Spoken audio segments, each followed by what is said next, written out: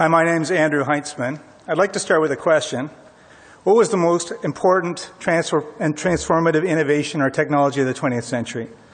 Was it air transit, mass production of cars, television, internet? I'm going to argue that it was none of these, but rather the Haber-Bosch process, named after inventors Fritz Haber and Karl Bosch. These two German inventors discovered a way to fix nitrogen from the air into ammonia. Although the discovery was originally used to allow the German army to make explosives in the First World War, the more transformative result was soon apparent: to create synthetic fertilizer. The impact of this invention is really hard to exaggerate. Synthetic fertilizer led to an unbelievable increase in food production in the 20th century, and of course at the same time an incredible increase in the population on planet Earth at the same time. And it's been estimated that as many as a third of the people alive today are alive because of the Haber-Bosch process. There are very few other inventions that can make that kind of claim. But as is often the case, the incredible innovation came with significant downsides.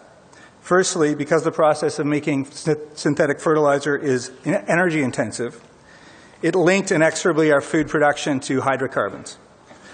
And secondly, this invention broke the ancient connection between soil fertility and crop production. And so agricultural systems that for generations were used to preserve soil quality and fertility, so things like crop rotation, nitrogen fixing, fell out of favor and were replaced by an ever-increasing use of chemical fertilizers and other industrial inputs. So as a result, in the second half of the 20th century, we saw a doubling of the world food production. But we did so on the back of a seven-fold increase in synthetic fertilizer use and a dramatic decline in soil fertility globally. The largest study on this question of soil fertility was done by GLASOD, Global Assessment of Soil Degradation, under the United Nations Environment Program. This is a multi-year study over in a number of countries, and they looked at soil fertility globally, and they found that 560 million hectares of farmland had been degraded mostly through the second half of the 20th century. That's approximately 38% of our total farmland around the world. And the world suffers a permanent loss of farmland due to human-induced land degradation of 5 to 6 million hectares a year, approximately 0.5% of the world's arable land area annually. And the conclusion of that report was, quote, "The Earth's soils are being washed away, rendered sterile, or contaminated with toxic chemicals at a rate that cannot be sustained." This then provides the underlying necessity for alternative farming methodologies. And it's especially important in a time of climate change when there will be uneven precipitation and greater premium on healthy soils that can retain moisture. 3 long-term studies, these were multi-decade studies, one in Switzerland, one in Pennsylvania, one in New Zealand, compared conventional farming practices to organic and biodynamic systems, and found that whereas conventional practices over time clearly do degrade soils, organic and biodynamic farming practices actually build soil fertility over time. Organic and biodynamic soils also retain moisture better, sustain more complex ecosystems than conventional farming practices. But of course, the impact of synthetic fertilizers go much beyond just soil degradation. Consider the effects of eutrophication. This is the runoff of nitrogen pollution into water systems that's led to a dead zone in the Gulf of Mexico, estimated to be 11,000 square kilometers. And it's put serious pressure on Canadian waterways. Lake Winnipeg's the one that we often read about. Other agricultural inputs are also very problematic. Consider the effect of pesticides, which are increasingly linked, amongst other things, to falling bee populations globally, what's known as colony collapse disorder. And bees are responsible, by the way, for about $20 billion worth of pollination in the United States alone annually. This should not surprise us, this connection between pesticides and colony collapse, considering that pesticides are designed to interrupt the neural systems of insects. That's what they are made to do.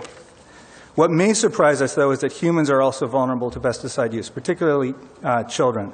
A 2010 study by Harvard University of 1,000 children between the ages of 8 and 15 found elevated traces of organophosphate pesticides associated with ADHD in children. When we hear results like this, it may be useful to recall that organophosphates were originally invented as a nerve agent for chemical warfare in the Second World War. Indeed, there's a growing body of evidence linking pesticides with a wide array of increased health risks that run the gamut from heart disease to cancer.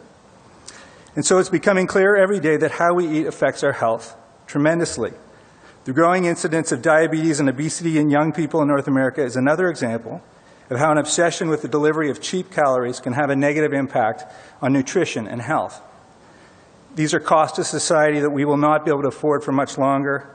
As it's predicted, the healthcare costs in Ontario could be as much as 80% of our public budget's dollars by 2030, which is also clearly not sustainable. However we look at it, our food systems today require a rethink and a redesign. A sustainable food system would take a more holistic view to the cost of food and consider the broader social and ecological costs in the equation. If we looked again with this lens, we would see that the food we eat today is not all that cheap. There's no way to undo the last 100 years of development in food and agriculture. There's no clear path back to a time prior to Haber and Bosch made their transformative discovery. So where do we go from here?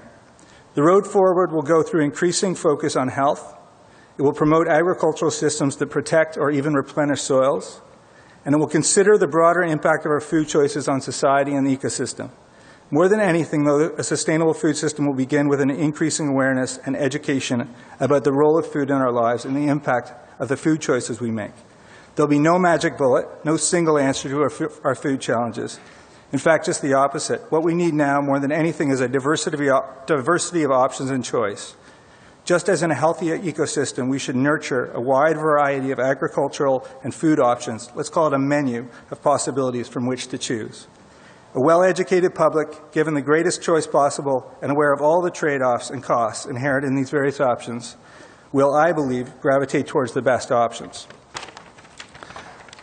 Our job, those of us involved in providing sustainable options in food and agriculture, is to make those choices broadly available and to help provide information to allow people to make well-informed decisions about the food they eat. Thanks very much.